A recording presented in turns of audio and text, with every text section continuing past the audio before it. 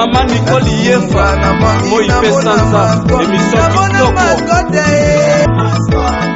Ote mingi balanzi émission na biso tozo kende wapi na sepeli suko kuta na bino ça dépend place kozali eza bon maman Nicole Moisanza o asela kabino émission tozo kende wapi eza pour la changement de mentalité eza pour permettre biso to avancer na kati mentalité moko ya malamu. Alors merci mingi na bandeko nyonso boza ko s'abonner na compte nanga nzamba pambola bino et puis na bandeko oyo pe boza ko benga boza bezo ko s'abonner compte nanga na YouTube bobeti tozo kende wapi ko s'abonner na place bakomi s'abonner vraiment nzamba ko cancela bino eza toujours pour na ko faire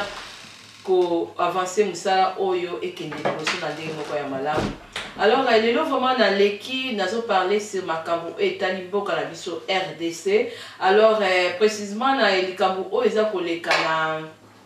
actualité o eza koleka na niveau ya Facebook ya ndeko na biso ya mwasi aza na mboka Afrique du Sud. Donc ndeko na biso aselaki biso video oyo vraiment eshokaki bandeko nyonso to ndeko wana vraiment na ko confirmer te na yebite eza na bandeko misusu baza koloba soki aza mwana ya pasteur mukuna to aza mwana ya pasteur mukuna te vraiment na yebite mais na ndenge ya video ezalaki toujours azali kolobela pona pasteur mukuna ayaki ko défendre ye mais yango nalingi mwa moke pona ko passer message oyo parce que biso to bundela kamboka et puis biso to za na souci Congo ekende liboso tous les Congolais nyonso to pe oyo azomona passe na mboka wana azomona bato bazokufa souci na ye ezali bongo te ezali ke non mboka na ye ezwa kimia même na ba oyo baza ko lia mbongo bazolia mbongo mais na kati ya motema na bango pe bazobanga même ko réagir pourquoi parce que bazo ko regretter pourquoi bazolia mbongo oyo eze ko détruire bandeko na bango oyo komisi bandeko na bango pasi souffrance mais bazo ye batendeni bako sa sortir pardon. Alors yango nangi ko passer message oyo eza na bandeko na biso ebele ya ba combattant ba uti ko sola nanga ba biso ba komeli ngai pona par rapport ya video ya deuxième vidéo ya ndeko na biso ya mwasi ya salaki yango na ye ko pesa moi implicite tant que na lobela makambo ya Congo et puis naza parmi batu oyo pe toza wana ko bundela mboka na biso to lukelango tozo lukelango solution délivrance moko ya malamu. Alors ndeko na biso mamu national oyo afandi bongo na Afrique du Sud asalaki ba vidéo première vidéo na ye ezalaki ba vidéo oyo etalisaki ke ndeko azalaki un peu inconscient na situation pardon oyo eza na niveau ya Kinshasa na niveau ya Nord Kivu na niveau ya Congo mobimba parce que makambo oyo bandeko na yo partout bazo sala même ba oza na Afrique du Sud eza passé eza te ke bandeko bazangaki eza te ke emso la vidéo na yo ndeko na ngai peut-être olobela ndenge olobela ki ke ba misusu bateka mapango non ba misusu bateka mapango te ba misusu bayaki poto na bango bien mais la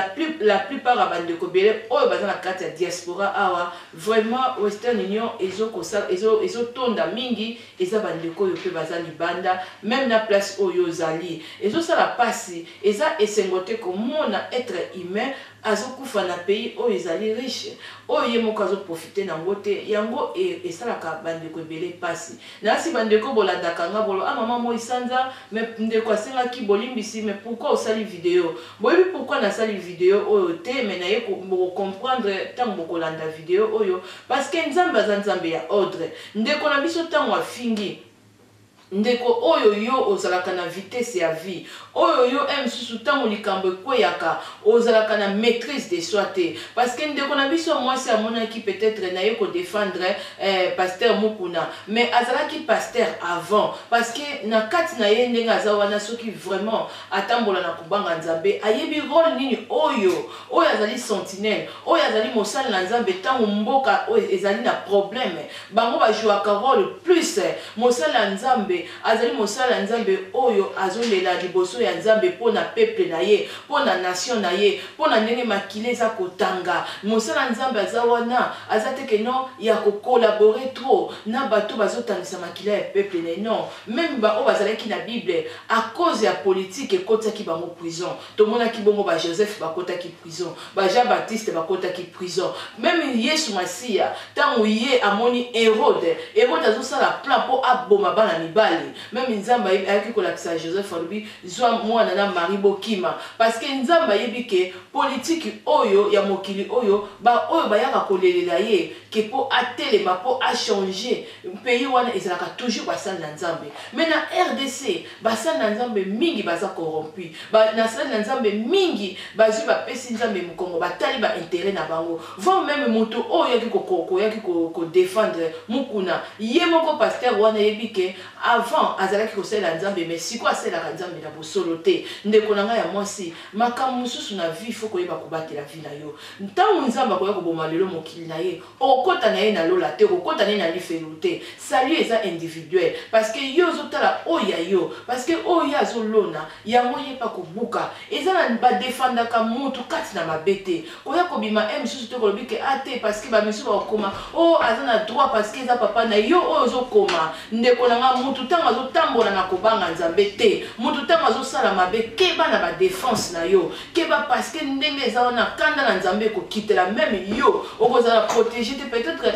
tango zalaki yo moko avokotela musu likamoko boye mutu ono kotela ye na buso basalaki avant musu ozalaki protéger na Nzambe mais après okozalaka protéger te parce que ozoa ko défendre mabe nazolo ba message yo même pour na de côté même na bandeko oyo bozalaka mbangu ya kokotela bato na ba faute ya ko défendre loko moko oyo eza ya mabe même na miso ya Nzambe okozala apprécier te ndeko na ngai mais maman na biso ndeko na biso ozali mamu national tango ozalaki kofinga bandeko na yo ofingaki bandeko na yo na français te mais ozalaki vraiment koloba na lingala molimo ya Nzambe eza molimo moko ya ordre eza ya désordre te pourquoi na ye koloba nokwe eza na bandeko belé oyo bazali ba combattant ou même ba refuser pardon na yo ou même ba lobby ou même ndenge yo sengeli pardon opesi ba misusu porte d'entrée ya kotalisa ke pardon na yo eza sincère te pardon na yo olobi kaka na ndenge soit disant ba menace ozui mais ndeko Nzambe aza molimo azana Nzambe ya ordre ofingaki bandeko no na lingala ofingaki biso so na lingala ezalaki na français te et kokuta eloko te ndeko kosala vidéo ya kosexcuser na ndenge ya langue na yo ndenge ofingelaki na lingala parce que oyo koloba na français oyo koloba na voix moko ya se elingi oloba te ke non na ndenge oyo olobeli wana oconvaincre bandeko misusu peut-être musu na lingala na yo ntango olingai kosenga pardon na ndenge ya lingala convaincre bandeko olinga ko même pas polémique oyo te oto na ndenge misusu ya incompréhension oyo te okotisi po misusu pona bango pona ni ayeko senga français na pardon na lingala te ayeko loba na français pourquoi loba ndenge ofinga ki bato na français te na lingala ndeko nanga et puis prochainement na kati ya vie na yo yaya totambola kubanga Nzambe komi kitiseleki nyonso tundeko na mokili oyo biso tofandi qui bongai même na miso Nzambe Nzambe lingango te Nzambe loba l'humilité précède la gloire parce que loba ki bi ozali oza wana pona ko étiquer masse mais ndeko nanga même ceux qui vont moza mwana ya mukuna mwana ya pasteur pour mwana ya pasteur na mate ya soit des choses za musala Nzambe ya solo faut ozala modèle même na ndenge ozala ki même na ba Facebook na yo ba biloko ya ba mikuse ba mipende za ko monana eza ba biloko mususu ba photo mususu ya parce que ya mutakala ezo na ba Facebook na yo nazo parler te sur ba vidéo o batindaki eza vidéo wana ezali elongi na yo te parce que nga na monaki na ba ndeko mususu batindelanga vidéo wana avant ezali ya ndeko mususu ya mwasi parce que ngai na ya kosala koya kote ya te ke nazala na kozala mbrouiller pardon na likambo mususu o bato bazosala inakota kaka na sentiment non mais nga nazoloba na part na yo ndeko na ngai nazobakiselo un plus parce que au moins soki vraiment ozali mwana ya mukina ya solo eza na babiloko mususu to laksaka exemple ko laksa vraiment que non na kosala babiloko sali wana na mutu oyo azana titre ya mwana ya pasteur te to ya ndeko ya pasteur te donc azotambola mieux alors na kati ya vie na yo même Bible eza koloba eza na makambo mususu avant koloba yango il faut que tourner maloba la ko tourner lolemo na yo cette fois parce que oyebite oyo nini oyo zokobimisa oui olobi bien oedikaka masse et osape na bandeko mingi o choqué bango peut-être public na yo au perdre bango à cause ya koya liboso ya caméra oyo nga nazaba koloba parce que caméra oyo ekosaka bato ebele caméra oyo bato misusu soki baza na oyo bazangaka maîtrise nango bakoma même ko regretter que non eza caméra mais pona ni epesaka nga bilobela boye pona ni elakisa esalisaka nga babuzo baboye ndeko na ngai na vie biloko nyonso to otozomona mokili oyo e dominer biso te mais biso to dominer yango ndenge nzamba atiaki biso na mokili oyo pona to dominer et non biloko mokili est dominé biso alors pour na ko sala ko senga pardon même na lingala ekokuté eloko te po bandeko ebele ya bakombata misusu bakomeli ngai na moni bongo su mama na biso azali koloba même na Facebook mama Magalilo mama nani na papa Riki ba misusu ate mais pour na nini ko ya ko senga pardon na français ofinga ki na lingala parce que makambo oyo ofinga ki selon yo parce que bandeko ebele même na poto awa oyebi bien balesaka bandeko ebele baza na Afrique kuna et puis bamisusu baye na poto ezali bambonga mama pangu te mfo même on insultaki même eloko oyo esalaki nga pasi ndeko ngi oloba te so moto atiki ndako nake kosambela na église nde aza esclave même lelo peuple congolais misusu bazo comprendre te que non basali na nzambe oyo ya bible bazalaki côté peuple bazalaki kotelemela msu politique wana oyo ezonyokola peuple mais bandimi baza même na église ya ndeko na yo mukunda ya pasteur mukunda nazobenga kaka pasteur mpo eza batitre oyo bango bazwaka po eza kona koloba neti kombo na ye to elongwe mukunda ekomi pasteur donc eza selon ye mais ndeko na ngai yo kolobaki aza nzambe te parce que olingi kokotisa bato bamemama na idolâtrie point wana mpe fosenga nzambe pardon nzambe lingi oloba te atindi basali wana bateya baganye bana na ye bamema bandimi na nzela malamu ya kibonzambe na ndenge ya vérité elingi oloba te ke bandimi wana baza baesclave mukunda nde akokozala nzambe mais bango baza nzambe te non biso nyonso tu na mokili oyo toza banzambe parce que nzambe apesaki biso pouvoir to dominer mokili donc toza lokola ye eza malobolobaki olingi okotisaki déjà bato misusu bandimi oyo baza baesclave na ye okotisi bango idolâtrie oyo même nzambe afrappaki nango bana Israël vraiment côté wana pe il faut senga nzambe bolimbisi ndeko na ngai parce que pasteur soko yebaki te pourquoi bandeko na biso nyonso tolobelaka basala nzambe wana baza ya lokuta parce que bible oyo kaka bango basimbaka na kati ya bible wana mosala nzambe un vrai serviteur de Dieu abundelaka nation atelemelaka motu tu oyo azokombattre nation. Et puis, bazalaka toujours na un mot à dire, liboso ya nzambe, ceux qui baye kolobela pona nation na bango. Yango voilà pourquoi, et donc on vous comprenez qui te, pona nini, ba combattant,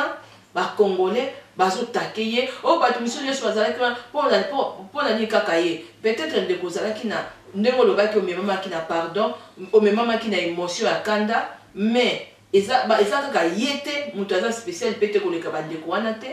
Mais bango nyonso tu wana basambelaka nzambe ya lokuta basambelaka nzambe ya solo te parce que même bango bandima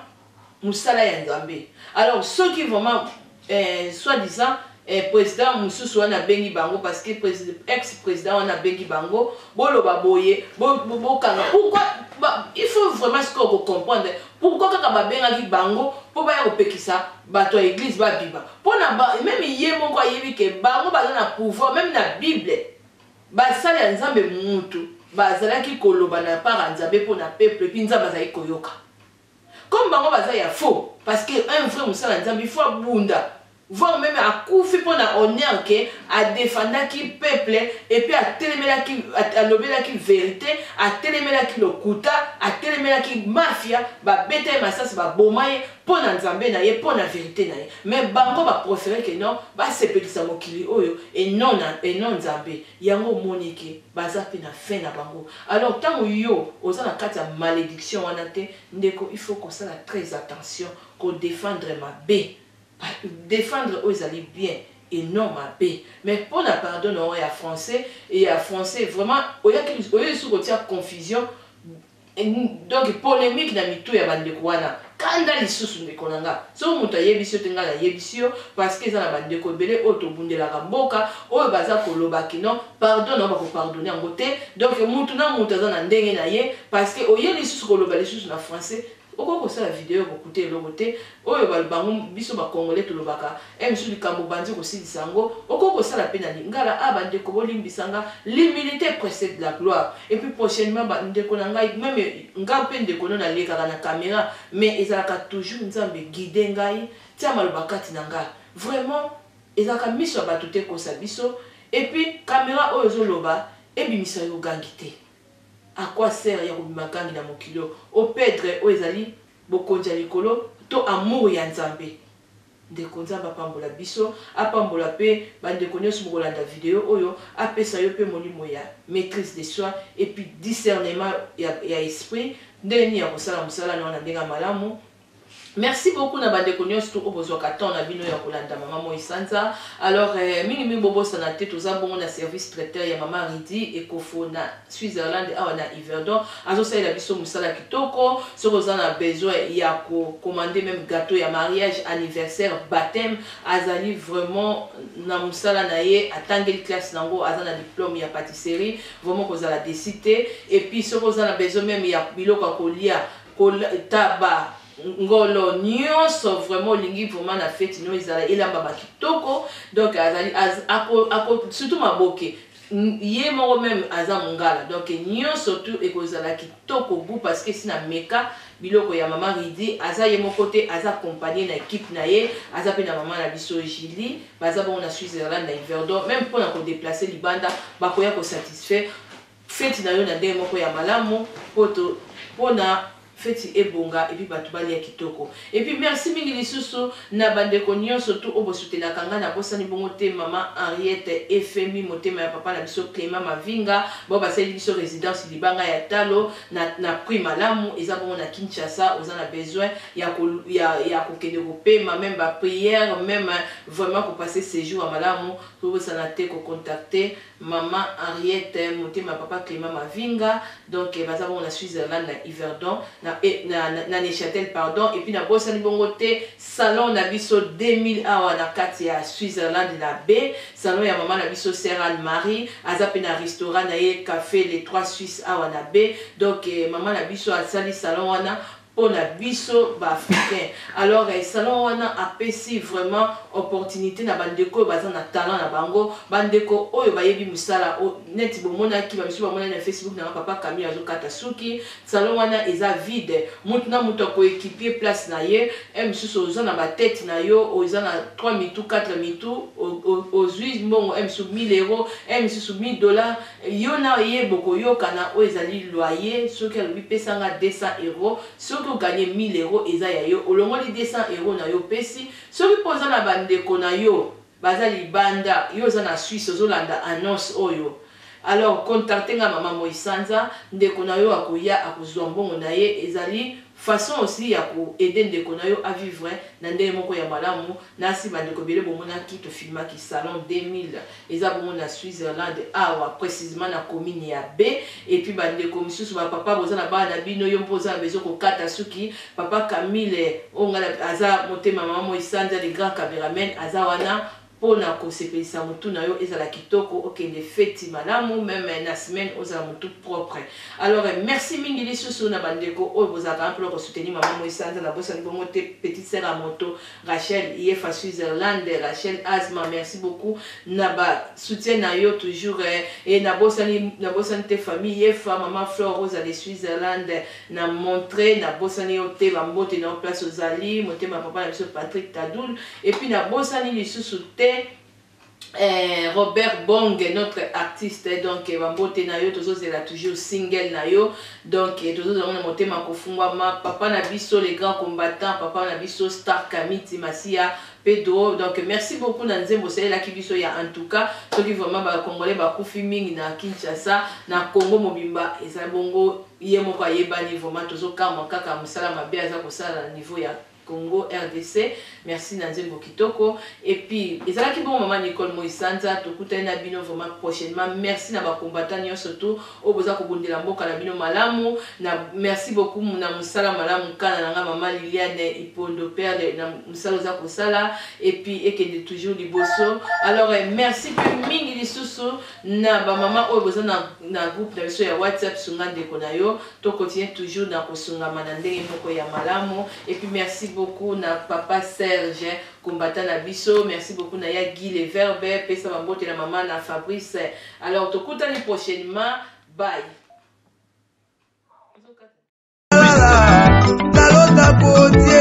Maman Nicole Yefa, moi Pesanza, émission Kitoko. Sokende wapi? Charles Okoto, Dieudonné Imambe. Alino Bobo, Naila Potier. Claudine Kinoa. Bobo Bobo, Naila Nalota Potier. Maman Nicole Yefa, moi Pesanza, émission Kitoko. Sokende wapi? Charles Okoto.